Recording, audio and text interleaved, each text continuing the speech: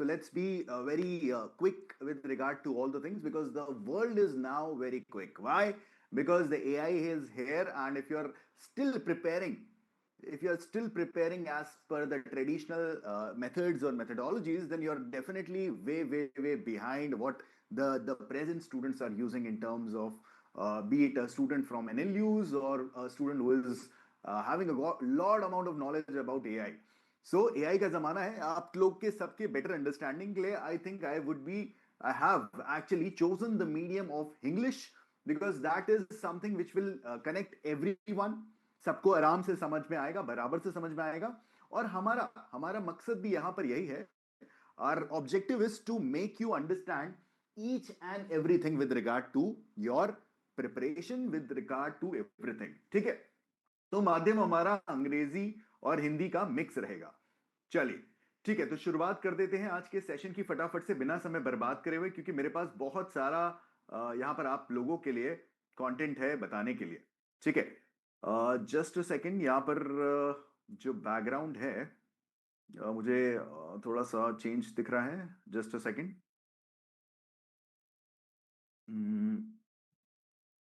Okay I think now it would be better yes okay just allow me a moment just एक second देना मुझको because अभी हम लोग अगर और किसी एस्पेक्ट में जाएंगे तो नहीं तो काफी सारी चीजें हमें यहाँ पर डील करनी है आई होप अभी आपको ये थोड़ा सा पीपीटी विजिबल होगी यस नो विजिबल है या नहीं है एक बार मुझे बता दीजिएगा ठीक है चलो आई थिंक थोड़ा सा विजिबिलिटी का तो इशू है ओके ठीक है ब्लर है ना करेक्ट करेक्ट करेक्ट मैं देख पा रहा हूँ ब्लर है जस्ट एक सेकेंड देना मुझको let me change the settings hair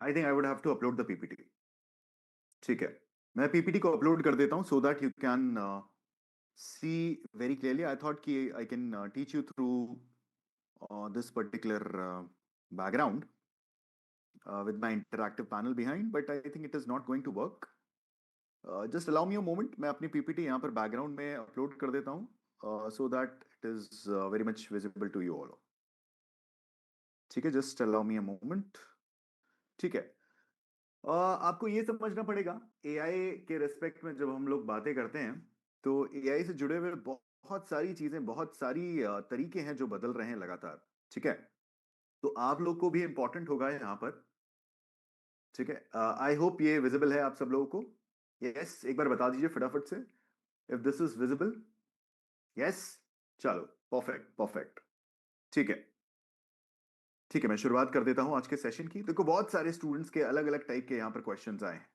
अलग अलग टाइप के क्वेश्चंस पूछे गए हैं स्टूडेंट्स ने मेरे से उन सारे पॉइंट्स को मैं यहाँ पर डिस्कस करूंगा फटाफट से और और चलिए तो स्टूडेंट्स क्या क्या अलग अलग टाइप के जैसे प्रणव ने कुछ सवाल पूछे हैं अंजलि के कुछ सवाल हैं कि क्या एआई बेनिफिशियल है पढ़ने के लिए यहाँ पर ज्योति का सवाल था can we expect from listener क्या हम एक्सपेक्ट कर सकते हैं एआई के अराउंड क्या बातें हो सकती हैं तनु का कई कई सारे students Allahabad university CMP degree UPSC को कैसे यूपीएससी के भी सवाल पूछे हैं हालांकि तो मैं देखो कई सारे क्वेश्चंस को यहाँ पर डील करने की कोशिश करूंगा लेकिन क्या है मोटा मोटा जो मुझे समझ में आया ये सारे देखो बहुत सारे सवाल हैं जुडिशियल सर्विसेज और आपका यूजीसी नेट के प्रिपरेशन को कैसे करना है मैं फोकस कैसे करूं इनिशियल फेज में अपने तैयारी के इनिशियल फेज में कैसे करूं अंग्रेजी में कैसे बात करूं और आपका लॉजिकल आर्ग्यूमेंट्स के लिए क्या मेथोडोलॉजी रहेगी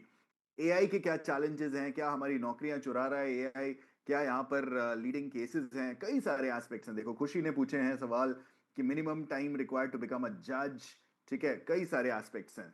तो इन सारे एस्पेक्ट्स को हम लोग यहाँ पर कवर करते हुए चलेंगे, पर एक ब्रॉड थीम के अराउंड यहाँ पर हम लोग काम करेंगे सबसे पहले।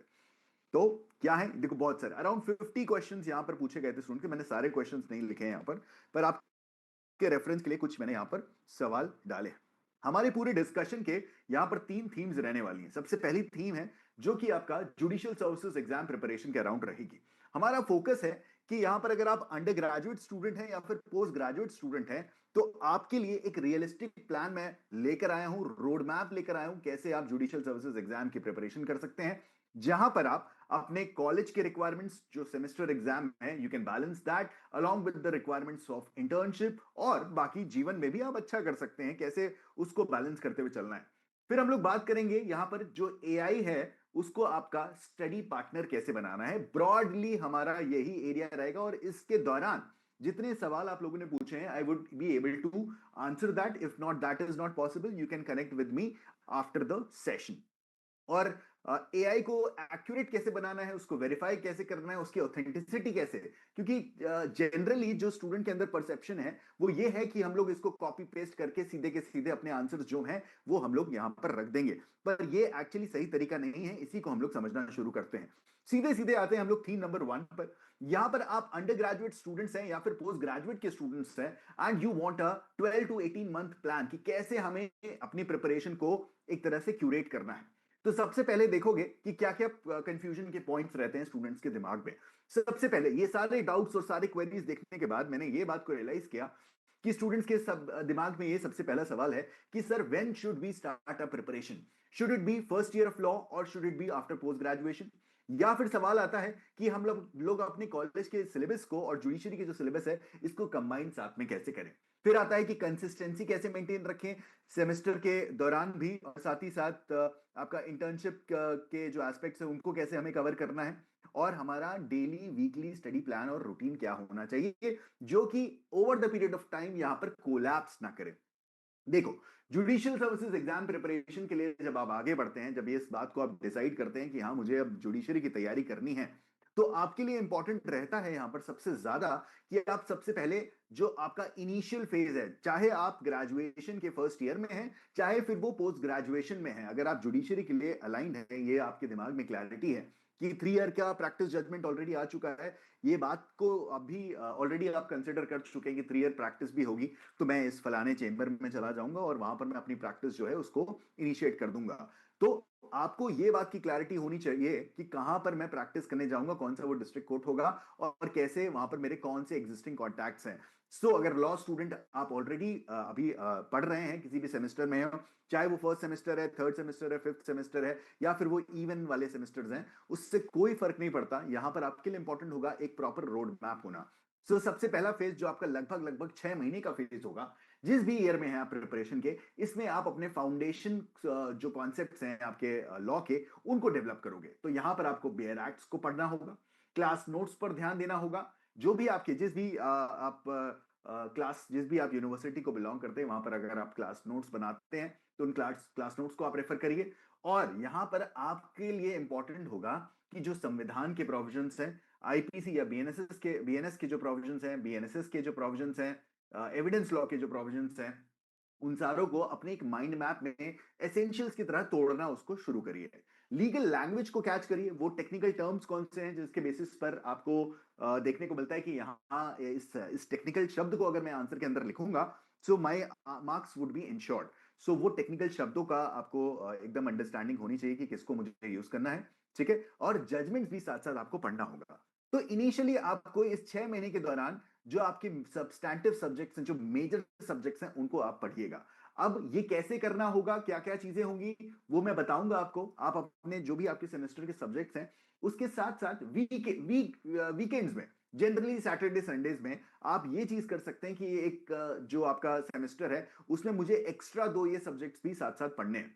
ठीक है? आपकी सेमेस्टर 6 महीने का सेमेस्टर रहता है, तो आप डे 1 से ही शुरू कर दीजिए कि भाई 3 महीने तक मैं अगले 3 महीने तक सैटरडे, संडे मैं कॉन्स्टिट्यूशन पढ़ूँगा और कॉन्स्टिट्यूशन के ये इंपॉर्टेंट टॉपिक्स हैं, ये एरियाज़ हैं जहाँ से रिपीटेड क्वेश्चन्स बार-बार आते हैं, चाहे वो प्रीलिम्स के हों, चाहे फिर वो मेंस के हों। तो आपको कुछ 30-40 टॉपिक्स लिखने पड़ेंगे कॉन्स्टिट्यूशन के एस्पेक्ट से, ऐसे ही आपका भारतीय न्याय संहिता से और ऐसे ही आपका भारतीय साक्ष्य अधिनियम से। तो ये सब्सटैंटिव लॉज हैं जो कि आपको बहुत ज्यादा जिसका वेटेज बहुत ज्यादा रहता है एग्जाम के पर्सपेक्टिव से।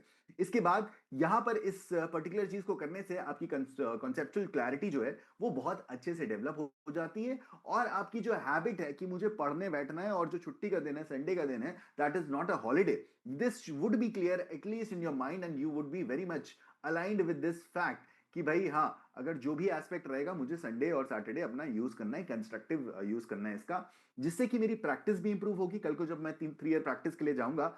और साथ ही साथ मैं यहाँ पर जो जुडिशरी का जो मेरा सपना है मैं उसको भी उसके लिए भी धीरे धीरे करके आगे बढ़ रहा हूँ।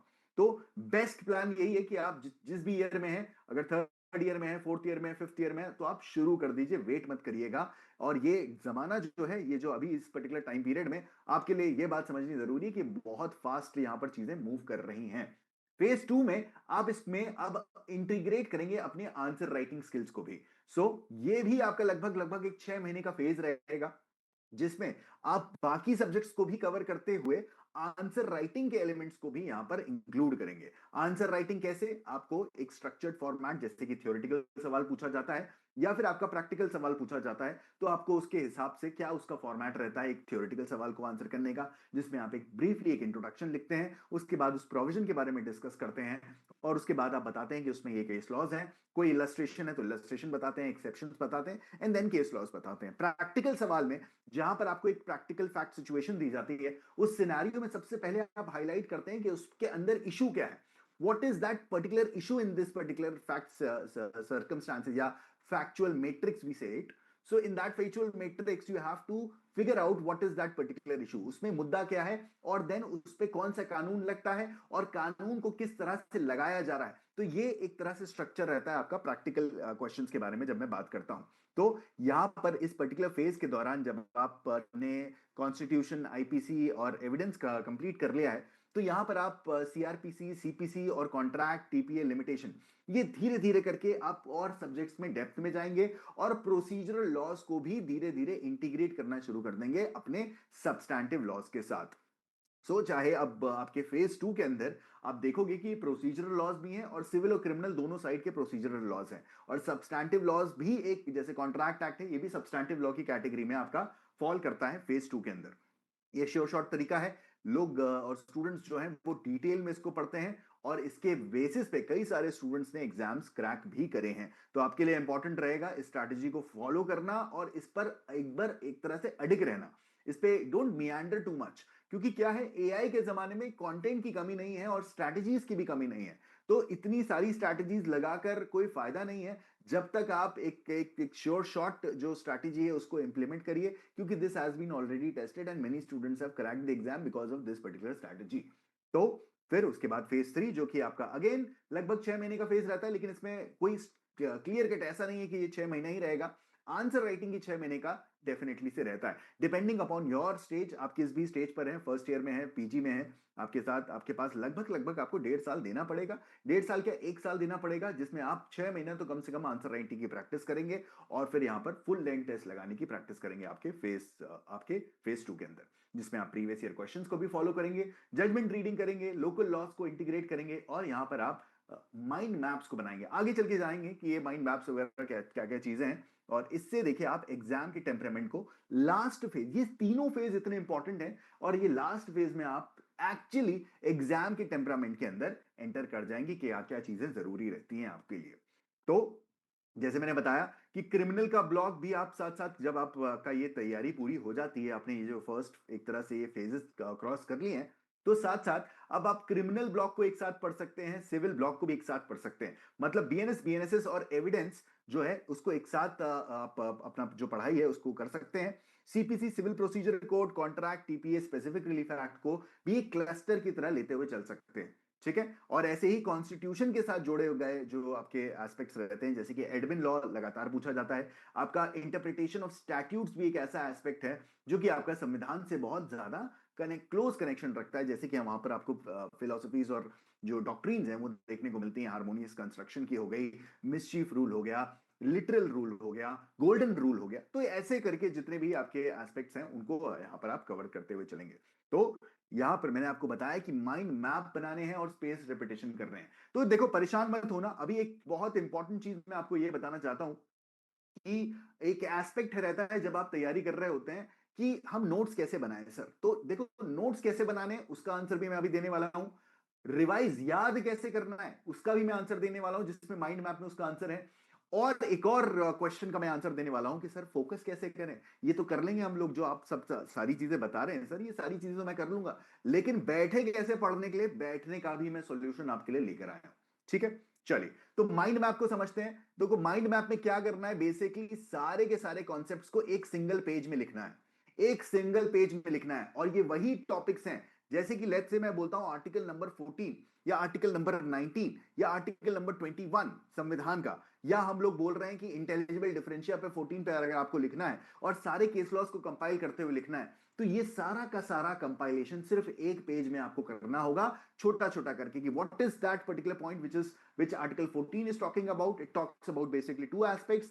One is the equality before law aspect, and the other aspect is that it is equal protection of laws. One has been taken from UK, एक यूनाइटेड किंगडम से लिया गया है, और दूसरा यूएसए से लिया गया है। इसका मतलब है कि इसके अंदर दो कॉन्सेप्ट्स जुड़े हुए हैं, रूल ऑफ लॉ का कॉन्सेप्ट और यहां पर एफर्मेटिव एक्शन रिजर्वेशन का कॉन्सेप्ट। सो इक्वल सर्कमस्टांसेस में ही लॉ जो है सबके लिए बराबर होना चाहिए। ऐसे करके आप बाइफरकेट करोगे, फिर बताओगे कि इसके अंदर 70s के बाद से basically EP Royappa versus state of Tamil Nadu के केस के बाद से जो अंडरस्टैंडिंग है आपकी इक्वालिटी की, वो थोड़ा सा उसमें चेंज हुआ, थोड़ा सा उसमें बदलाव हुआ, और उससे पहले के केसेस थोड़ा अलग तरह से देखे जाते थे। और रीजनेबल क्लासिफिकेशन की जो डॉक्ट्रीन है वो क्या कहती है, रीजनेबल जो इंटेलिजिबल डिफरेंशिया की जो कॉन्सेप्ट है, बेसिकली बोलती है कि भाई आप जो भी क्लासिफिकेशन करना चाहते हैं, दो क्लासेस में अगर डिवाइड कर रहे हैं कि इस पर्टिकुलर स्कीम में, इस पर्टिकुलर एस्पेक्ट में, जैसे कि आपको एग्जांपल देता हूं इंटेलिजिबल डिफरेंशिया का। मेरा मेरा ऑब्जेक्टिव यहां पर पढ़ाना नहीं है कि आपको मैं इंटेलिजिबल डिफरेंशिया समझाऊं,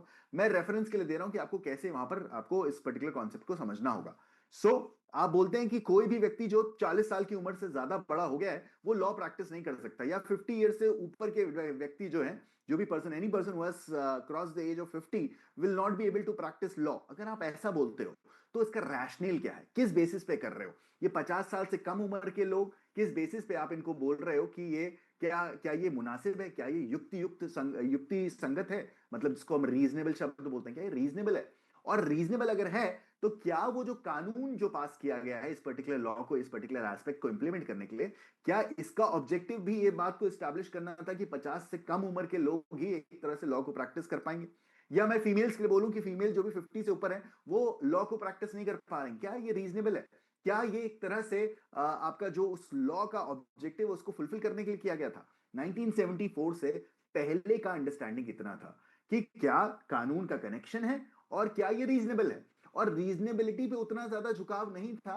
ओनली एस्पेक्ट वाज कि आप एक तरह से ये बात को एस्टैब्लिश कर दीजिए, हाँ ये इसमें रीजनेबिलिटी के एलिमेंट्स हैं, और साथ ही साथ आप ये बता दें कि ये जो एस्पेक्ट है, वो जो कानून पास किया गया है इस पर्टिकुलर लॉ को इंप्लीमेंट करने के लिए, वो लॉ भी आपका, उसका ऑब्जेक्टिव भी यही है कि महिलाओं को जो भी 50 साल से उम्र का कम उम्र की है वही प्रैक्टिस कर सकती हैं, उसके ऊपर के लोग प्रैक्टिस नहीं कर सकते। चाहे आपका वो महिला वाला लॉ हो या फिर आपका सारे किसी व्यक्ति को रोकने वाला लॉ की वो प्रैक्टिस 50 साल की एज के बाद नहीं कर सकता। तो दो आयाम यहां पर हमें समझ में आए।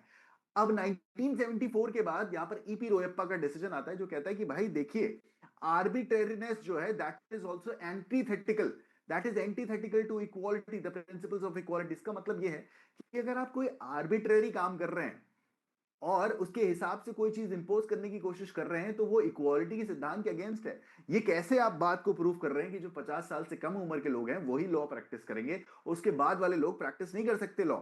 इसका इसका एक तरह से ये जो एलिमेंट हमें देखने को मिलता है, ये आर्बिट्रेरी है, ये इसमें कोई रीजनेबल रैशनल नहीं निकल कर आ रहा है। तो उसकी वजह से ये पर्टिकुलर चीज आपका, एक तरह से हम लोग इसको क्या बोलते हैं कि भाई we will not be able to implement that particular law because it is in violation of the principles of intelligible differentia. तो 1974 के बाद से आपका जो एस्पेक्ट था विद रिगार्ड टू आपका राइट टू इक्वालिटी, वो काफी उसमें बदलाव आया। तो आपको ये सारे कॉन्सेप्ट जितने केस लॉज हैं इक्वालिटी पर, वो आपको एक पर्टिकुलर पेज के अंदर आपको लिखना पड़ेगा। इसके बाद एक होता है कॉन्सेप्ट जिसको बोलते हैं स्पेस्ड रिपीटिशन। इसमें 1, 3, 7, 15 ऐसे करके दिन के गैप्स में आपको कोई भी वो पेज जो आपने लिखा है उस पेज को रिवाइज करना होता है, ताकि आप इसको अपनी ये जो प्रोसीजरल मेमोरी है, प्रोसीजरल मेमोरी से उठाकर आप इसको सब्सटैंटिव मेमोरी में रख देंगे। ये पर्पस होता है बेसिकली जब हम बोलते हैं कि स्पेस्ड रिपीटिशन करना। आपको करना क्या है, आप चाह रहे हैं कि जो भी चीज आप बोल रहे हैं वो आपके परमानेंट मेमोरी के अंदर उसका वो पार्ट बने। तो उसके लिए आपको क्या करना होगा, पहले जिस दिन लिखा उसके अगले दिन पहले उसको रिवाइज करिए, फिर 3 दिन बाद उसको रिवाइज करिए, फिर एक बार 7 दिन बाद, और फिर 15 दिन बाद। ये करने से आपका जो एस्पेक्ट होगा उस पर्टिकुलर पेपर को लिखने के बाद, जो आपकी मेमोरी होगी with regard to that particular content, वो परमानेंट मेमोरी की तरफ मूव कर जाएगी। अब ये 15 दिन तक आपने रिवाइज किया, इसके बाद भी लॉन्ग टर्म आपका रिकॉल की स्ट्रैटेजीज भी होती हैं जो कि आपको over the period of time develop करनी होगी। तो 15 दिन के बाद फिर आपको इसको लगभग लगभग 1 महीने के बाद फिर से इसको एक बार रिवाइज करना होगा, फिर उसको 3 महीने के बाद रिवाइज करना होगा। अगर आप ऐसा करते हैं तो आप जो भी कॉन्सेप्ट, जो भी पढ़ाई करेंगे वो आपके परमानेंट मेमोरी का पार्ट बन जाएंगे। ठीक है, चलिए तो आगे बढ़ते हैं और यहां पर एक बार समझते हैं कि ये प्रिपरेशन की स्ट्रैटेजीज क्या क्या होंगी, कैसे हमें नोट्स बनाने हैं। सबसे पहले नोट्स के लिए जरूरी क्या है, आप अपने सिलेबस को पूरा का पूरा अच्छे से देखिए, गौर फरमाइए कि वहां पे आपका सिलेबस किस बारे में बात करता है। अगर उसके अंदर केस लॉज हैं, मैक्सिम हैं, एक्सेप्शंस हैं, उनको वहां पर लिखा जाएगा। कलर कोडिंग और डायग्राम्स और फ्लो चार्ट्स भी आप बना सकते हैं अगर बना अपने नोट्स अगर आप प्रिपेयर कर रहे हैं तो। और कभी भी देखिए, किताब को हूबहू कॉपी नहीं करना है, आपको अपनी अंडरस्टैंडिंग लिखनी है। You have to write your own understanding, what is your understanding on a particular concept. If I talk about CPC, and in CPC if I talk about section number 11 which talks about res judicata, res judicata के बारे में अगर मैं आपको बोलता हूं कि उसके बारे में लिखिए, तो आप सेक्शन 11 के एसेंशियल लिखना शुरू करेंगे कि एक फॉर्मर कोर्ट होता है, एक सब्सिक्वेंट कोर्ट होता है। दोनों के दो उस पर्टिकुलर मामले में फॉर्मर कोर्ट में भी और सब्सिक्वेंट कोर्ट में भी पार्टीज जो होती हैं सेम होती हैं, उनके बीच में जो मुद्दा होता है वो सेम होता है, और मुद्दा जो सेम होता है वो matter directly and substantially in issue होना चाहिए पहले मुद्दे में, और वही matter directly and substantially in issue होना चाहिए सब्सिक्वेंट मुद्दे के अंदर। और आप यहां पर बताते हो कि they might not be the same parties but they might be litigating under the same title. तो ऐसे करके आप बाइफरकेट करते हुए चलते हो और फिर उसके बाद एक्सप्लेनेशंस बताते हो। सो आपको कभी भी जो आपकी अंडरस्टैंडिंग है उस अंडरस्टैंडिंग को लिखना होगा कि सब्सिक्वेंट कोर्ट यहां पर वापस से उस पर्टिकुलर मैटर को, which matter has been already heard and finally decided. एक मुद्दा जब ऑलरेडी सुन लिया जा चुका है, वापस से कोर्ट का समय क्यों बर्बाद करना है। So that is very much important for all of you. You have to focus on the point कि आपको रेपिटेटिव नहीं होना है। आपको आपको वो चीज इस पर्टिकुलर एस्पेक्ट में बताना पड़ेगा, आपकी अंडरस्टैंडिंग कि क्या है, और उस अंडरस्टैंडिंग को ही नोट फॉर्मेट में लिखना होगा इनिशियल दिनों के लिए। जो मैंने आपको फेज 1 और फेज 2 बताया, उस समय के लिए आपको अपनी अंडरस्टैंडिंग लिखनी है। तो मेन पॉइंट लिखोगे, सब रूल के बारे में बात करोगे, कोई इलस्ट्रेशन है वो करोगे ऐड, एंड देन उसका केस लॉ। केस लॉ में फैक्ट्स लिखने मत बैठना, फैक्ट्स के लिए एक लाइन लिख सकते हो जस्ट सो दैट आपको याद रहे, ताकि जब आप अगले दिन उसको याद करोगे, फिर 3 दिन बाद याद करोगे, फिर 5 दिन बाद, 7 दिन बाद, 15 दिन बाद, ऐसे जब आप उसको स्पेस रिपीटेशन में एक नोट जो भी आप बनाते हो कर कर देखना, इसको कर कर देखना आपके लिए एक काम करेगा। ठीक है, नोट मेकिंग का मैंने आपको बताया। अब एक बहुत शानदार टेक्निक के बारे में मैं यहां पर आपको बताने वाला हूं, यह है आपका एरर लॉग। एरर लॉग का क्या है, जब कभी भी आप क्वेश्चंस वगैरह अटेम्प्ट करते हैं किसी भी मॉक टेस्ट के अंदर, कभी भी स्कोर देखकर छोड़ मत देना। वहां पर एक गलतियों की मिस्टेक जरूर, एक गलतियों की जो या मिस्टेक्स की जो एक आपकी डायरी होती है उसको एरर लॉग कहते हैं।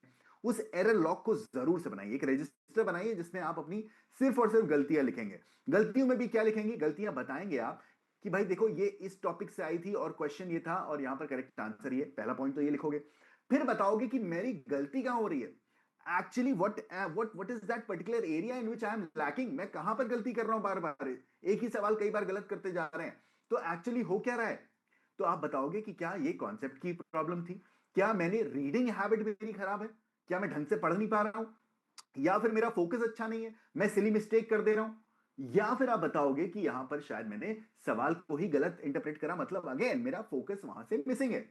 सो इस वीकली लॉग, इस लॉग को भी, इस एरर लॉग को भी, ये जो रजिस्टर आप बनाओगे, बेसिकली लॉग का मतलब है एक रजिस्टर, जैसे कि वो खाता होता है ना, बही खाता आप बनाते हैं, अकाउंट स्टेटमेंट ऑफ अकाउंट्स बनाते हैं। सो वैसे ही आप लिखते रहोगे कि यार ये वाले पर्टिकुलर टेस्ट में जब मैंने अटेम्प्ट किया तो मेरी जो अंडरस्टैंडिंग थी वो थोड़ा सा वीक थी, तो इसकी वजह से अब मेरे को इस तरह से इसको ऑपरेट करना पड़ेगा।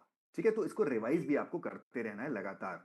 ठीक है, देन एक बहुत इंपॉर्टेंट एस्पेक्ट जो आता है वो है आपका पोमोडोरो टेक्निक। मुझे फटाफट से यहां पर चैट में बताइएगा कितने लोग पोमोडोरो टेक्निक को यूज करते हैं, इसके बारे में जानते हैं फटाफट से, क्योंकि ये एक ऐसी टेक्निक है जो आपका जीवन बदल सकती है और लाखों स्टूडेंट्स ने इससे बेनिफिट उठाया है।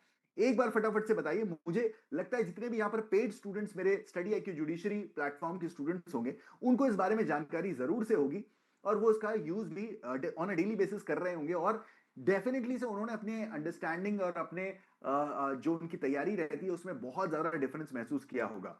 तो पोमोडोरो टेक्निक अगर आप अभी तक नहीं जानते हैं तो उसके बारे में जान लीजिए आराम से। पोमोडोरो टेक्निक देखिए एक पढ़ने की तरीका है। 25 मिनट तक इस तरह से बैठना है। सबसे पहले अपना एक एक एक जगह स्थापित कर लीजिए कि भाई यहां पर मैं बैठकर पढ़ाई करूंगा। वो जगह जब आप स्थापित कर लेते हैं तो उसके बाद वहां पर आपको लगातार 25 मिनट तक टाइम्ड मैनर में बैठना है। 25 मिनट तक ऐसा हो जाए कि ब्रह्मांड में अगर तूफान और अर्थक्वेक आ रहा है या ब्रह्मांड ही खत्म होने जा रहा है तो भी आपको दिक्कत नहीं, क्योंकि आप ब्रह्मांड से अलग हैं उस समय में। आप बैठे हैं और अपने अध्ययन कर रहे हैं, अपनी पढ़ाई कर रहे हैं, और आपको कोई किसी व्यक्ति से कोई मतलब नहीं है। So you should be entirely dedicated to whatever thing that you are reading right now. It can be a concept, it can be an article, it can be a set of articles, it can be a newspaper article which you are probably trying to understand better. तो हो सकता है आप अखबार पढ़ रहे हो, आप हो सकता है ऐसे ऐसे किसी पॉइंट पर को समझने की कोशिश कर रहे हैं जो मेंस के एग्जाम के पर्सपेक्टिव से या आपके सेमेस्टर के एग्जाम के पर्सपेक्टिव से इंपॉर्टेंट हो। तो 25 मिनट तक उसमें जान लगा देनी है। और ये मैं 100% अटेंशन की बात नहीं कर रहा, मैं 2000% अटेंशन की बात कर रहा हूं। अब ये 2000% अटेंशन का मतलब क्या होता है? इसका मतलब ये होता है कि नॉट जस्ट आपका ब्रेन, आपके हाथ, आपके कान, आपके नाक सब पढ़ाई कर रहे हैं इसके अंदर। इसके अंदर और किसी भी तरह का डिस्ट्रैक्शन नहीं है। सिर्फ और सिर्फ आपके सामने लिखा हुआ जो भी कंटेंट है, चाहे आप लैपटॉप से पढ़ रहे हैं, चाहे आप फिर किसी किताब से पढ़ रहे हैं, और उसके साथ साथ आपने एक रफ नोटबुक भी अपने हाथ में रखी है, और साथ में एक कलम है आपके पास, और उस नोटबुक में जो भी आपको समझ में आ रहा है वो साथ साथ जल्दी जल्दी पढ़ते हुए, समझते हुए साथ साथ लिखते रहें। एक स्पीड जरूर मेंटेन करिए, स्लो और लेथार्जिक होकर पढ़ने की आदत छोड़ दीजिए। कोशिश करिए धीरे धीरे कि इस 25 मिनट में इस फोकस की जब मैं अवस्था में एंटर करता हूं तो इस फोकस की अवस्था को मैं ज्यादा से ज्यादा हार्नेस करूं। क्योंकि जब आप अपने ब्रेन को बोलते हैं कि देखो तुम्हें 25 मिनट तक जबरदस्त लेवल पे पढ़ना है, फिर रिलैक्स कर लेना, तो ये रिलैक्सेशन क्या होगा? ये अगला 5 मिनट आपको सुपर रिलैक्स करना है। अब चाहे उसमें आप चाहे तो वॉशरूम जाएं, चाहे तो बस 2 मिनट आंख बंद करके बैठे, चाहे तो आप अपने किसी दोस्त से बात कर सकते हैं, लेकिन दोस्त से बात करने में खतरा बहुत होता है कि आपका जो 5 मिनट का कॉन्वर्सेशन है 25 मिनट में वो भी बदल सकता है। तो पोमोडोरो दोस्तों के साथ तो हमने सबने पोमोडोरो महसूस किया है। क्या हम सभी ये देखते हैं कि भाई छुट्टी के दिन कब हमने 11 बजे फोन करा था दोस्त को और बात करते करते ये 1 बज गया, तो ये नहीं करना है। आपको हमेशा पोमोडोरो के ब्रेक के दौरान उसी व्यक्ति से बात करनी है, या फिर कुछ खाना है तो वो खा सकते हैं, कुछ स्नैक मंचिंग करनी है बेसिक तो वो कर सकते हैं, और उसके बाद वापस से एक सेकेंड पोमोडोरो के सेशन के लिए बैठना है। तो बेसिकली क्या है, 25 मिनट्स, फिर 5 मिनट्स का ब्रेक, फिर अगेन 25 मिनट्स, फिर अगेन 5 मिनट का ब्रेक, फिर उसके बाद एक और 25 मिनट्स, एंड देन आपका यहां पर आप ब्रेक ले सकते हैं 10 मिनट्स का। तो आपके 1 2 3 सेशन हो गए, और उस 10 मिनट्स के गैप के बाद आप एक और पोमोडोरो का सेशन करोगे। सो ये लगभग आपके 200 मिनट हो जाते हैं, और इन 200 मिनट में आप बोल सकते हैं कि आपने ये जो 200 मिनट हैं ये सुपर अटेंशन वाले हैं। इसमें आपका फोन का कोई डिस्ट्रैक्शन नहीं है। आपके दिमाग में कुछ आ भी रहा है तो आपको इस चीज से बाहर निकलना होगा। कई सारे स्टूडेंट्स इसको इंप्लीमेंट करते हैं और इससे बहुत बढ़िया रिजल्ट भी लेकर आते हैं। ठीक है, तो ये सारी चीजें हैं with regard to pomodoro technique. Pomodoro technique के लिए अगर आपको टूल्स जानने हैं कि कहां पर है, ब्राउजर में भी जाओगे, ब्राउजर में जाओगे, पोमोडोरो आपका फोकस के लिए सर्च करोगे, पोमोडोरो टाइमर सर्च करोगे, तो आपको ऐसे करके एक पोमोडोरो का स्क्रीन आ जाएगा। इसमें 25 मिनट पे आपको स्टार्ट बटन दबा देना है। ये टाइम धीरे धीरे करके कम होता जाएगा। आप यहाँ पर अपने ब्रेक्स भी सेट कर सकते हो, शॉर्ट ब्रेक लेना है, लॉन्ग ब्रेक लेना है, शॉर्ट ब्रेक कितने मिनट का रहेगा, लॉन्ग ब्रेक कितने मिनट का रहेगा, और ये यहां पर नंबर चेंज होता रहेगा कि आज के दिन का ये पहला आपका पोमोडोरो सेशन है। ऐसे मिनिमम, अगर आप नए व्यक्ति हो, अभी तक भाई कभी पोमोडोरो नहीं कराए, तो आपके लिए इंपॉर्टेंट रहेगा 4 पोमोडोरो सेशन दिन में कम से कम। कम से कम ये हर स्टूडेंट के लिए दवा है, कोई अलग से दवा नहीं खानी, ये पोमोडोरो की दवा लेनी है रोज। 4 pomodoro session minimum you have to do in order to be a better advocate, better person, better focused person. नहीं तो प्रॉब्लम क्या होगा, कल को कोई व्यक्ति कुछ बोल भी रहा है तो आपको बातें समझ में नहीं आएंगी। Over the period of time your understanding, your capacity to grasp thing वो कम होती चली जाएगी, क्योंकि ना ही जीवन में एक्सरसाइज है, ना ही जीवन में और कोई चीज चल रही है। तो ब्रेन की एक्सरसाइज तो एटलीस्ट करना जरूरी है, उसको बैठकर फोकस करवाना आपके लिए अत्यंत आवश्यक हो जाता है। अब एक्टिव रिकॉल के बारे में मैंने ऑलरेडी बताया आपको। पोमोडोरो सेशन के दौरान ही अगर 4 पोमोडोरो सेशन एक दिन में कर रहे हो, उसमें लास्ट वाला पोमोडोरो सेशन इस बात के लिए रख सकते हो, अब ये बाकी के जो 3 मैंने पोमोडोरो सेशन करे हैं उसको मैं रिवाइज करूंगा, और इसको मैं दिमाग में रिवाइज करूंगा सबसे पहले, और कोशिश करूंगा उसको अपनी रफ नोटबुक में लिखने का। नोटबुक से कभी मत भागना, अब क्योंकि डिजिटल एरा आ चुका है, हर कोई आपका लैपटॉप पे नोट्स बना रहा है, या फिर वो सारी चीजें हो रही है, या फिर आईपैड में बना रहा है, तो वो सारी चीजें हो रही है, मैं उस बात को समझ सकता हूं। लेकिन क्या है, आपको पेन और पेपर का भी यूज लगातार उससे टच नहीं छोड़ना है। सो दिन में कम से कम एक पोमोडोरो सेशन आपको होना चाहिए जिसमें आप एक्टिव रिकॉल कर रहे हैं। और एक्टिव रिकॉल का मतलब है कि आप अब किताबों और उन रिसोर्सेस को नहीं पढ़ रहे हैं, अब आप अपने ब्रेन को, आप एक तरह से जो डंबल्स होते हैं ना, डंबल से हम जितने ज्यादा बाइसेप्स के लिए एक्सरसाइज करते हैं, हमारे बाइसेप्स स्ट्रॉन्गर होते जाते हैं, वहां पे मसल डेवलप होती है। सेम चीज आपको यहाँ पर ब्रेन के लिए भी करनी होगी, और ये ब्रेन के लिए वो पुशअप्स हैं या वो पुलअप्स हैं जो कि आप करते हो, जिससे ये और स्ट्रॉन्गर और मजबूत और ग्रो करने लग जाता है। आपको याद होता चला जाएगा कि भाई देखिए, मेरे यार वो जब इससे पहले मैं ऐसा करता था तब तो मेरे को इतना ज्यादा अंडरस्टैंडिंग और क्लैरिटी नहीं आती थी, लेकिन हाँ, जब से मैं पोमोडोरो कर रहा हूं, एंड ये डिस्टिंक्ट डिफरेंस आपको दिखने लग जाएगा अगर आप ये सारी चीजें लगातार अच्छे से प्रैक्टिस करेंगे। तो ये कुछ चीजें हैं जो कि आपका जुडिशरी की तैयारी कैसे करनी है, और कैसे नोट मेकिंग करनी है, कैसे पोमोडोरो सेशंस को यूज करना है, उसके अराउंड था। तो कुछ कुछ कॉमन मिस्टेक्स हैं जो कि आप इस दौरान अवॉइड कर सकते हैं। जैसे कि मटेरियल को होल्ड मत करिए, बहुत सारे कोचिंग का मटेरियल लेकर आप मत बैठिए। एक कोई मटेरियल उठाइए और उसको लगातार बार बार पढ़ते रहिए, ठीक है। मेंस राइटिंग को लास्ट तक इग्नोर करते हैं स्टूडेंट्स, बैठे रहते हैं कि मेंस की राइटिंग तो लास्ट का है, जब एग्जाम आएगा, जब हम प्रीलिम्स क्लियर करेंगे तभी हम लोग मेंस की आंसर राइटिंग करेंगे। ये बहुत बड़ा मिथ है, इसको मत करिए। आपका सिलेक्शन, आपका अंडरस्टैंडिंग कभी भी ग्रो नहीं करेगा।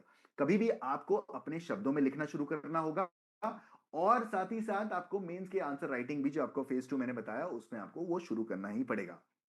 आपको बेरैक्ट के तरीके से पढ़ना भी एक तरह से इंपॉर्टेंट हो जाता है। मतलब बेयर एक्ट को आप रेफर करिए, बेयर एक्ट के हिसाब से आप अपने नोट्स बनाइए, और इसकी तरह से आप अपने आप को वो जो टेक्निकल लीगल टर्म्स होते हैं उसके हिसाब से आगे चलिए। सो आप अपनी स्पीड को हमेशा इंप्रूव करने के लिए फोकस करिए। दूसरे लोग क्या कर रहे हैं, टॉपर ने क्या किया है, वो सारी चीजें उनके हिसाब से, अपनी स्पीड को over the period of time, अगर अभी 4 पोमोडोरो सेशन कर रहे हो, उसमें से 3 आपके पढ़ाई के रहते हैं, एक आपका प्रिपरेशन का रहता है। सो आपके लिए इंपॉर्टेंट रहेगा कि यहां पर आप लोग क्या करें, जो जो आपका आपका स्पेसिफिक जो एस्पेक्ट है उसको आप धीरे धीरे करके 4 से 5 करिए, 5 से 6 करिए, 8-8, 9-9 लोग 10-10, 12-12 पोमोडोरो सेशन एक दिन में बड़े आराम से करते हैं। और कॉलेज जाने के बाद भी करते हैं, तो सुबह जल्दी उठना शुरू करिए। सुबह उठ के 4 पोमोडोरो सेशन आराम से करे जा सकते हैं। अगर आप सुबह 5:30-6 बजे उठ जाते हैं, तो आपके लिए क्या बचेगा, आप कॉलेज जाने से पहले तो आप लगभग लगभग आपको 2 से ढाई घंटे, 3 घंटे का समय मिल जाता है। और साथ साथ आपके पास क्या ऑप्शन रहता है कि आप वहां पे थोड़ा सा बहुत एक्सरसाइज, वॉक वगैरह भी कर लें, और साथ साथ पोमोडोरो का मतलब न्यूज़पेपर भी आप पढ़ सकते हैं। ऐसा नहीं है कि मैं कह रहा हूं कि एकेडमिक ही पढ़ना है, न्यूज़पेपर भी पढ़ सकते हैं। लेकिन न्यूज़पेपर पढ़ने में क्या होता है, आप थोड़ा सा दिमाग 50 जगह और जाता है। तो वो आपको ऐसा काम, आप कोशिश करिए कि कभी दिन में जब आपको लेथार्जी हो रही है, तो दिन में आप ऐसी चीजें करें ताकि ब्रेन एक्टिवेटेड रहे। लेकिन मॉर्निंग में आपको ऐसा कंटेंट पढ़ना चाहिए जनरली, कभी कभी बदलाव भी कर सकते हैं, ऐसा कंटेंट जिसमें आपका लॉ पॉइंट बहुत ज्यादा है, मतलब सीपीसी के कॉन्सेप्ट्स पढ़ना, कॉन्स्टिट्यूशन के कॉन्सेप्ट्स पढ़ना, या आपका बीएनएसएस के पढ़ना, तो वो सारे एस्पेक्ट्स अगर आप मॉर्निंग में करोगे तो आपके लिए इंपॉर्टेंट रहेगा। बाकी हेल्थ और न्यूट्रिशन तो देखिए आपको फॉलो करना ही पड़ेगा। अब आते हैं हमारे जो हमारा थर्ड और सेकंड सेगमेंट है। पहला सेगमेंट हमने खत्म किया जो हमारी थीम 1 थी। अब थीम 2 और थीम 3 के हिसाब से चलते हैं, जहां पर हम एआई टूल्स के बारे में जानते हैं, और एआई टूल्स जैसे कि चैट जीपीटी को यूज कैसे करना है अपनी तैयारी के लिए, चाहे जुडिशरी, बाकी कोई भी लॉ का एग्जाम हो उसके लिए। तो सबसे पहले यहां पर समझ लीजिएगा कि लोग, स्टूडेंट्स, एक्चुअली उनके दिमाग में डिलेमा क्या है। वो कहते हैं कि सर देखिए, हम एआई को यूज तो कर रहे हैं, लेकिन हमें कुछ समझ में नहीं आ रहा है, याद नहीं रह रहा है। तो प्रॉब्लम यहां पर तुम कर क्या रहे हो, तुम उसको आंसर राइटिंग का, आंसर का एक वेंडिंग मशीन, जिसको सिर्फ आंसर आप कॉपी पेस्ट करके बिना समझे आप उसको यूज कर रहे हो, विच इज वेरी रॉन्ग। और अगर समझ भी गए, क्या होता है, कॉपी पेस्ट तो कर दिया, समझ पढ़ भी लेते हो, ऐसा नहीं ये पढ़ लिया, ये भी गलत तरीका है। सिर्फ कॉपी, सिर्फ जनरेट करवाया, ये क्वेश्चन दिया और उससे जनरेट कराया आंसर। और मैं सारे फ्री सब्सक्रिप्शन के बारे में बोल रहा हूं, यहाँ पे पेड सब्सक्रिप्शन के बारे में कोई भी चर्चा नहीं है। तो जितने भी टूल्स हैं ये सारे के सारे फ्री हैं, जिनके बारे में मैं बता रहा हूं। और आपके दिमाग में ये भी खतरा रहता है कि यहां पर ओरिजिनलिटी और कहीं हमारी नौकरियां वगैरह तो नहीं चली जाएंगी। तो देखो, ये तरीका, ये सोचने का तरीका एकदम ही गलत है। क्या है आपके दिमाग में, आपको रखना पड़ेगा कि ये आपका एक पार्टनर है। आपको एक टूल मिला है जिससे आप अपने टूल, अपने ब्रेन को और इंप्रूव कर सकते हो, अपने लीगल एक्यूमेंट को और बढ़ा सकते हो। कैसे यूज करना है, आपको कोशिश करनी पड़ेगी। जो भी जजमेंट्स आपको नहीं समझ में आ रहे हैं, आप उसके बेसिस पर आप चैट जीपीटी से या फिर किसी भी एआई टूल से आप सवाल पूछ सकते हो। आप उससे क्वेश्चंस जो है, प्रैक्टिस क्वेश्चंस जनरेट करा सकते हो। और यहां पर आप जो माइंड मैप्स हैं और जो विजुअल समरीज हैं, इसका भी उपयोग करके अपनी जो अंडरस्टैंडिंग है, कि कल को अगर आपसे मैं पूछूं कि केशवानंद भारती हो गया, मेनका गांधी हो गया, या फिर आपका ईपी रोयप्पा जजमेंट जो मैं आपको बता रहा था ऑलरेडी, ये हो गया, आपका बैंगलोर वाटर सप्लाई का केस हो गया, अगर इंडस्ट्रियल डिस्प्यूट्स के बारे में बात करूं, और इसके अलावा अगर इन रे दिल्ली केस, अगर एडमिन लॉ के बारे में बात करूं, तो कई सारे ऐसे केसेस हैं। क्या आपके दिमाग में वहां पर उस पर्टिकुलर लॉ से रिलेटेड क्या विजुअल मैपिंग है, क्या आपको अंडरस्टैंडिंग है कि वहां पर एक्चुअली इश्यूज क्या रेज हुए, तो उसके बेसिस पे कोर्ट ने क्या डिसाइड किया है। सो यहां पर आप इन सारे एस्पेक्ट्स के लिए, कि आप कंपेयर करना चाहते हो, तो उसके लिए एआई का उपयोग अच्छा रहेगा। लेकिन क्या नहीं करना चाहिए, क्या नहीं हो सकता एआई को यूज करके, आप कभी भी ह्यूमन की जो रीजनिंग है उसको नहीं बदल सकते। इसीलिए जजेस को बदल देना या एडवोकेट्स को पर से बदल देना किसी भी एआई टूल से, वो पॉसिबल नहीं होगा। तो इस बारे में, इस चीज से आप आराम से दूर रह सकते हैं। इसमें कोई भी समस्या, प्रॉब्लम नहीं होगी, क्योंकि this is always a matter of right to life and personal liberty, या फिर आपका कोई भी फंडामेंटल राइट। जब कभी भी हम फंडामेंटल राइट के बारे में बात करते हैं, तो उससे एक बहुत ही इंपॉर्टेंट पहलू हमें समझ में आता है कि ये ऐसा एक एस्पेक्ट है जिसमें कभी भी हम मशीन, इंटायरली मशीन डिपेंडेंट नहीं हो जाएंगे। वही लोग सरवाइव कर पाएंगे, वैसे ही स्टूडेंट्स और वैसे ही एडवोकेट्स और वैसे ही वकील आगे बढ़ पाएंगे, जिनको एआई की नॉलेज है आने वाले 3 से 4 सालों में। सिर्फ वही वही एग्जिस्ट कर पाएंगे जो ये सारी चीजें और टूल्स और टेक्निक्स को यूज कर रहे हैं। बाकी सारे जो पुराने ट्रेडिशनल मेथड्स पर हैं, वो लोग कम काम कर पाएंगे सीमित समय में, और बाकी जो स्टूडेंट्स हैं वो उस लेवल पे कामों को, उन सारी चीजों को डील एक तरह से नहीं कर पाएंगे। ठीक है। तो आपके लिए इंपॉर्टेंट ये रहेगा कि ये सारे एस्पेक्ट्स को अच्छे से डील करिए। ठीक है। सो क्या क्या है आप देखेगा, तो ये जो जो इंपॉर्टेंट चीज ये है कि देखो, रिप्लेस नहीं करेगा आपके ब्रेन को, ये कभी भी रिप्लेस नहीं करेगा। ठीक है।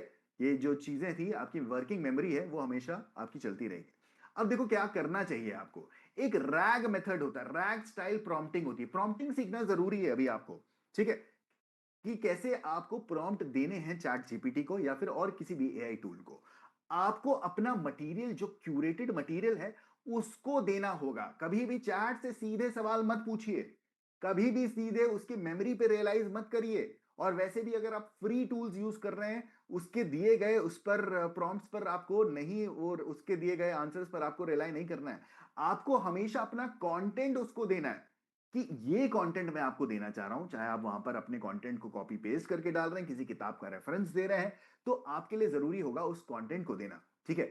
एआई को फीड करना और उसको बताना कि देखिए मेरा मटेरियल ये है, इसके हिसाब से मैं अब तुमसे कुछ सवाल पूछूंगा। जैसे कि एग्जाम्पल देखो, तो ये रिट्रीवल ऑगमेंटेड जनरेशन है, रिट्रीवल। तो रिट्रीवल क्या हो रहा है, आपने उसको इंफॉर्मेशन दी हुई है, उसके हिसाब से आप उससे कुछ चीजें रिट्रीव करवा रहे हो, वापस ले रहे हो। ठीक है। क्या होता है, जैसे कि आपने आर्टिकल 21 का टेक्स्ट दिया, आर्टिकल 21 का टेक्स्ट दिया, इसके बेसिस पे बोला कि भाई मेरे लिए अब इस पे से आपसे आप एक कुछ एमसीक्यूज वगैरह बनाइए, और मेन स्टाइल के कुछ क्वेश्चंस वगैरह आप मेरे लिए यहां पर बनाइए। तो इसके बेसिस पर क्या होगा, जो भी क्वेश्चन फ्रेमिंग करी जाएगी उस पर्टिकुलर चैट जीपीटी या जो जीपीटी के द्वारा, वो आपका हमेशा हमेशा ऑथेंटिक सोर्स के बेसिस पर ही जनरेट करेगा, और वहां पर जो हैलुसिनेशन का जो एलिमेंट होता है, एआई हैलुसिनेट करता है, एग्जिस्टिंग केस लॉस के बिना ही आपको रैंडम केस लॉ बना के देगा, वो नहीं करेगा, 100% नहीं करेगा। जब आप अपने अपने चैट को एक तरह से अपना कंटेंट भी प्रोवाइड करोगे कि देखो ये कंटेंट है, ये बुक का रेफरेंस है, और इस बुक के रेफरेंस के हिसाब से आप यहाँ पर मुझे ये क्वेश्चन वगैरह बना कर दो, और मेरे को साथ साथ क्या करो, उस पर ट्रेन करो।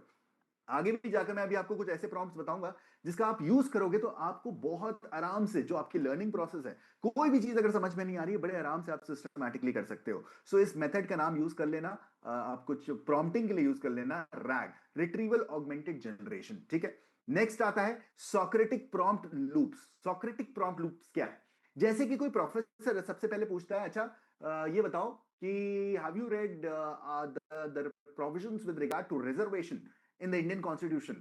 You'll say, yes, sir, I have read that. Acha, which articles talk about reservation provisions in the Indian Constitution? You will say, sir, Article 15 I have read, and also there is Article number 16. Acha, okay. So what is there in Article number 15? Can you tell me? So you'll say, sir, it talks about that there will not be any discrimination on the basis of religion, race, caste, sex, place of birth, and with regard to the access to public places. And also it is talking about that special provisions can be made for women and children, and also special provisions for socially and educationally backward classes and SCs and STs. तो आपने क्या, ये question मैंने पूछता जा रहा हूं, आप आंसर दे रहे हो। यही काम आपके लिए चैट जीपीटी या कोई भी एआई टूल भी कर सकता है। आपको टीचर का अलग से रिक्वायरमेंट नहीं है। कैसे? आप उससे कह सकते हो कि भाई मेरे लिए आप प्रोफेसर का रोल प्ले करिए। आप कह सकते हो, ask me 5 progressively tougher questions on mens rea and after each answer tell me what I missed. मुझे बताओ कि मैंने यहां पर क्या मिस कर दिया, और बताओ कि ये देखो ये कंटेंट है, ये एस्पेक्ट है जो कि मैं आपको इस बेसिस पर तुम्हें मेरा टीचर या प्रोग्रेसिव मुझे क्वेश्चंस तुम्हें देने पड़ेंगे। तो हमेशा रोल असाइन करो, उसको बोलो कि तुम्हें मेरा प्रोफेसर की तरह तुम्हें काम करना है, और उसके हिसाब से तुम धीरे धीरे करके इसको आगे बढ़ाओ, और मुझे टफ सवाल धीरे धीरे पूछते जाओ। और जब मैं यहाँ पर आंसर टाइप कर रहा हूं, या जो आंसर मैं लिख कर दे रहा हूं उसका स्क्रीनशॉट लगाकर तुम वहां पर पेस्ट कर रहे हो, तो उसको बताओ कि इसको इवैल्यूएट करो, और उसके बेसिस पर मुझे एक तरह से उसका पूरा का पूरा अंडरस्टैंडिंग दो कि कहां पर मेरी कमी रह जा रही है। तो ये क्या है, इसका बेनिफिट क्या है? आप एनालिटिकल स्किल्स, जो कि जैसे कि आप मॉक टेस्ट करते हो उसका आप एनालिसिस नहीं करते, यहां पर आपके एनालिटिकल स्किल्स डेवलप होंगे, और आप खुद ही धीरे धीरे करेक्टिव सेल टेक्निक्स के चलते आपकी जो थिंकिंग है वो लगातार इंप्रूव होती चली जाएगी, जो कि आपका जुडिशियल सर्विसेज एग्जाम और बाकी किसी भी लॉ एग्जाम्स में इंपॉर्टेंट रहती है। जजमेंट को कैसे पढ़ना है, अगला दिमाग में आता है कि सर जजमेंट को कैसे हैंडल करना है। जजमेंट के लिए आप देखिए समरी टूल्स का यूज करिए। ओरिजिनल पहले आप जा सकते हो सीधे सीधे लाइव लॉक में, या फिर आप जा सकते हो इंडियन कानून में, ये सारे जजमेंट्स वहां पर अवेलेबल है। इन जजमेंट्स के आप वहां पर टेक्स्ट जो है उसको निकाल सकते हो, और बोल सकते हो कि इसको समराइज करो 200 वर्ड्स में, 300 वर्ड्स में, 100 वर्ड्स में, और मुझे बताओ यहाँ पर फैक्ट, इशू और रेशो क्या था इस पर्टिकुलर केस का। ये सीधे सीधे एकदम शोरशॉट टेक्निक है, लेकिन हमेशा रिट्रीवल के बेसिस पे यूज करना। ये सीधे आप उसको ये सवाल सीधे मत बोल देना कि मेनका गांधी है और इसका जजमेंट मुझे समराइज करो। वो हो सकता है कुछ ऐसे तथ्यों को वहां पर लिख दे जो एग्जिस्ट ही ना करते हो। तो आपके लिए इंपॉर्टेंट होगा हमेशा ओरिजिनल टेक्स्ट दो, ओरिजिनल टेक्स्ट को यूज करके ये सारी चीजें आप वहां से बनवाओ, और साथ ही साथ आप उससे ये कह सकते हो कि यहां पर 3 मुझे ऐसे क्वेश्चंस भी बनाकर दो जो कि आपका एग्जाम के लिए मेरे लिए इंपॉर्टेंट होंगे। तो ऐसी चीजों को आप लगातार 60 दिन तक करोगे भाई, तो 60 स्ट्रक्चर्ड केसेस आपके दिमाग में सेट हो जाएंगे। एडवोकेट ऑन रिकॉर्ड के एग्जाम में, जैसे एडवोकेट ऑन रिकॉर्ड के लिए कल हमारे साथ सीनियर एडवोकेट शशि किरण मैम भी आए थे, तो उनके साथ मेरा यही डिस्कशन हो रहा था। जैसे एडवोकेट ऑन रिकॉर्ड के लिए हम लोग एक बैच लॉन्च करने का प्लान कर रहे हैं, तो उसमें 75 केसेस पूछे जाते हैं, और स्टूडेंट्स को एक साथ 75 केसेस कैसे याद करना होगा वो शायद वो भी नहीं जानते हैं। तो इंपॉर्टेंट यही होता है कि इसको एक सिस्टमैटिक तरीके से आप डील करिए, लगातार उसका अध्ययन करिए, और धीरे धीरे करके इसको आप याद कर सकते हैं। कैसे याद करेंगे? रिकॉल टेक्निक्स आपके पास हैं। सो आप चाहें तो लीगल राइटिंग के लिए भी क्या करना होगा, आप हमेशा पहले लिखिए, पहले खुद लिखिए, और फिर एआई को बोलिए कि मेरे सेंटेंस को रिफाइन करो। हमेशा यही करना है, उल्टा मत करना कि तुम मुझे लिख कर दो एक ईमेल जो कि ऐसा ऐसा है। तुम खुद लिखो पहले, you have to write it. Otherwise क्या होगा, चैट जीपीटी का कंटेंट तो आपका बहुत बढ़िया होगा, you would be able to write excellent things, and आपके प्रोफेसर भी समझ जाएंगे कि ये चैट जीपीटी से है, लेकिन क्या है, your understanding will not improve, आपकी अंडरस्टैंडिंग वहीं की वहीं रह जाएगी। तो आपकी और आपकी जो डिजिटल इमेज है उसमें बहुत ज्यादा दूरी आ जाएगी, और this you should never do, never think of doing that, that is the most important thing. तो लीगल राइटिंग भी आप इंप्रूव कर सकते हो, और हमेशा अपनी राइटिंग को उसको दो, अपना लिखो और उसको वो शेयर करो चैट के साथ, और वहां पर उसको बताओ कि कैसे इसको आपको हैंडल करना है, कैसे आप इसमें मेरी राइटिंग में क्या कमियां हैं, मैं लीगल और लॉजिकल कोहेरेंस कैसे ला सकता हूं। हमेशा कभी ये मत करना कि एआई को ही बोल दो सीधे सीधे कि मुझे इस पर्टिकुलर आर्टिकल के बारे में लिखकर बताओ, या मुझे रेस जुडिकाटा के बारे में लिखकर बताओ, ऐसा मत करना पूरा का पूरा। हमेशा पहले खुद लिख कर के दो और उससे पूछो कि इसमें क्या क्या कमियां रह गई हैं, और ये इसका कंटेंट है, आर्टिकल सेक्शन नंबर 11 सीपीसी का ये है, और इसके हिसाब से मुझे बताओ कि मेरी कमियां कहाँ रह गई और मैंने कहां पे मैंने मिस आउट कर दिया। और फिर खुद से लिख कर दो, फिर से एक पोमोडोरो सेशन में फिर से लिखो खुद से, पेन और पेपर का यूज करो, और उसको फोटो खींच कर फिर वापस से डाल दो उसमें। और ऐसे करके जब अगर आप करोगे तो आपकी अंडरस्टैंडिंग, जितना एक स्टूडेंट जल्दी जल्दी काम करके दे रहा है लेकिन उसकी अंडरस्टैंडिंग ग्रो नहीं कर रही है चैट की वजह से, लेकिन आप on the other hand would be able to learn a lot through this particular exercise. So review करो सारी चीजों को, यही आपको एग्जाम वो देना है प्रॉम्प्ट। प्रॉम्प्ट क्या है कि review this paragraph for clarity and conciseness, keeping the legal meaning intact, legal meaning जो है उसको इंटैक्ट रखते हुए इसको आप एक तरह से इसको वो करिए, ठीक है। सो एथिकल यूज करना है आपको एआई का, अपने आप को एथिकल यूज करने के लिए ही आगे पुश करना है। अगर आप अनएथिकल मीन से आप अगर ग्रो करने की कोशिश कर रहे हो तो आप ज्यादा लंबा आगे नहीं जा पाओगे। तो चाहे आपको पढ़ने की बात हो, रिफ्लेक्ट करने की बात हो, रिफ्रेश करने की बात हो, इन सारे कामों को यहां पर एआई जो है वो आपके लिए कर सकता है, लेकिन आपको हमेशा एथिकल यूसेज के लिए ही आगे बढ़ना होगा। और जुडिशियल सर्विसेज एग्जाम की प्रिपरेशन कर रहे हैं तो आपको जरूरी होगा on a daily basis legal current affairs भी लगातार पढ़ते रहना। लीगल करंट अफेयर्स पढ़ने के लिए बहुत इंपॉर्टेंट है। अगर आप मॉर्निंग में मेरे साथ और ये सारी चीजों को, ये सारे जो एस्पेक्ट्स मैंने बताए आपको, इन सारी चीजों को यूज करके एकदम क्यूरेटेड तरह का फॉर्मेट में आपके लिए लेकर आता हूं, जहां पर बहुत ज्यादा एंगेजिंग और स्टोरी टेलिंग फॉर्मेट में मैं सुबह 9 बजे आपको लीगल करंट अफेयर पढ़ाता हूं। तो अगर आप भी इंटरेस्टेड हैं इस चीज के लिए, आप मेरे साथ जुड़ सकते हैं यूट्यूब चैनल पर, और कोई भी आपकी समस्या प्रॉब्लम हो आप दिए गए इस नंबर पर मेरे साथ कनेक्ट कर सकते हैं, और साथ ही साथ आप मेरे टेलीग्राम चैनल पर भी जुड़ सकते हैं। तो ये था देखिए आज का पूरा जो डिस्कशन था हमारा विद रिगार्ड टू कैसे आपको एआई टूल्स को यूज करना है, क्या क्या चीजें हैं।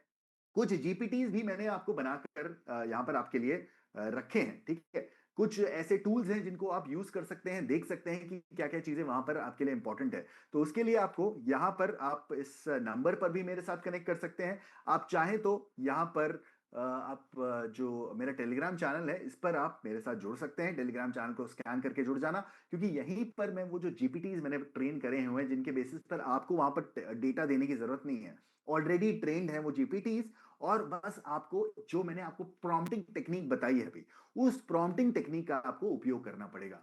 तो आपके लिए जरूरी रहेगा यहाँ पर इस पर्टिकुलर दिए गए क्यूआर कोड को स्कैन कर कर जुड़ जाना। और साथ ही साथ आप अगर यहाँ पर स्टडी आईक्यू के द्वारा लॉन्च करें जिसमें मैं आपको लीड कर रहा हूं, ये लक्ष्य जुडिशरी का हमारा फाउंडेशन बैच है।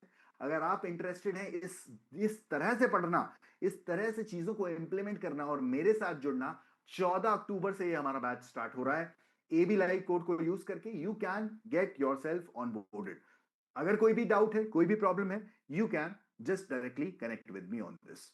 तो thank you so much, thank you legal gnosis कि आप और ये प्रणव, जिस स्टूडेंट से मेरा यहाँ पर कनेक्शन हुआ था, बातचीत हुई थी प्रणव के साथ, तो thank you so much Pranav for doing this. और बाकी बाकी जो भी टीम मेंबर्स थे, thank you so much guys. बहुत ही इंपॉर्टेंट ये session I think this would be for the students, and let's see क्या क्या चीजें वहां पर आप लोग इंप्लीमेंट करते हैं, कितने स्टूडेंट्स वहां पर जुड़ना चाहते हैं, ठीक है। चलिए, all right, thank you so much guys. I think I be ending the session. आप लोग के लिए आई थिंक ये इंपॉर्टेंट रहा होगा। हाँ, जिसको भी डाउट है, कॉर्पोरेट बैच चाहिए है, लीगल ड्राफ्टिंग का बैच चाहिए, you guys can connect with मी। मैंने नंबर आपको दे दिया है, I just send this number here also, 92119945 576, ठीक है। और टेलीग्राम चैनल पर आप लोग मेरे साथ जुड़ सकते हो, जहां पर मैं आपको बता दूंगा कि क्या क्या वो टूल्स हैं जो मैंने जनरेट किए हैं आप सभी स्टूडेंट्स के लिए, ताकि आप उसका बेनिफिट उठा सकें और उसको रेगुलर बेसिस पे यूज कर सकें, ठीक है। चलिए, all Thank you right, so thank much, you so sir. much, thank you guys. That was I'll an see you excellent all session. the probably और भी लीगल लॉसेस के साथ हम लोग फ्यूचर में भी सेशंस करेंगे। So thank you Pranav, if you are there you can just I think end the session, और शुड वी वेट, एक बार बता दीजिए। Yes, so please allow me Samriddhi, to extend my heartfelt gratitude to I think you मेरे को आवाज नहीं for आ रही है, taking. Just a second. So, am I audible?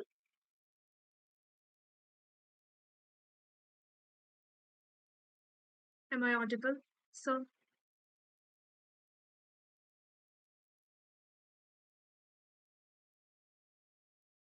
good evening, sir. I'm sorry, good afternoon, sir. Good afternoon, good afternoon. Actually मुझे So, आवाज नहीं आ रही थी, इसके लिए। my apologies, sir. Please allow me to extend our heartfelt gratitude to you for taking this excellent session. It was truly remarkable. Thank you so much Samriddhi. And, and, and thank you so much to all the participants who joined us today. Your enthusiastic presence and engagement have made this webinar truly meaningful. A special note of appreciation goes to the entire team of Legal Gnosis as well for their exceptional efforts in planning and executing this event. And thank you all once again. We look forward to welcoming you in our future events. Thank you so much, sir. We got to learn a lot, many things due to you. Sure. Thank you. Just one important thing, Samriddhi, you can just inform the students about how they can get the certificates, because most of them are asking about the same in the chat. All right? Yeah, yes, sir. I think link will be shared in the group as well. I'll contact Yeah, and let you know. if you guys have not already registered yourself when you directly come to the this webinar, in that case you must connect with me on my Telegram. I'll give you the link how to make the payment and all. So that would be okay. Legal Nonsense has given that form link. So yes, you can fill that form, get yourself registered, and we'll provide you the link how you would be making this the payment for the certification and all. Thank you so much. I'll take your leave, guys. Keep learning, and I'll see you in the next lecture very soon. All right. I'll end the Thank you so session much, now. sir. Bye bye. Yes. Thank you, participants. You may fill the form given in the chat box and then you may leave the meeting. Thank you so much for joining us today.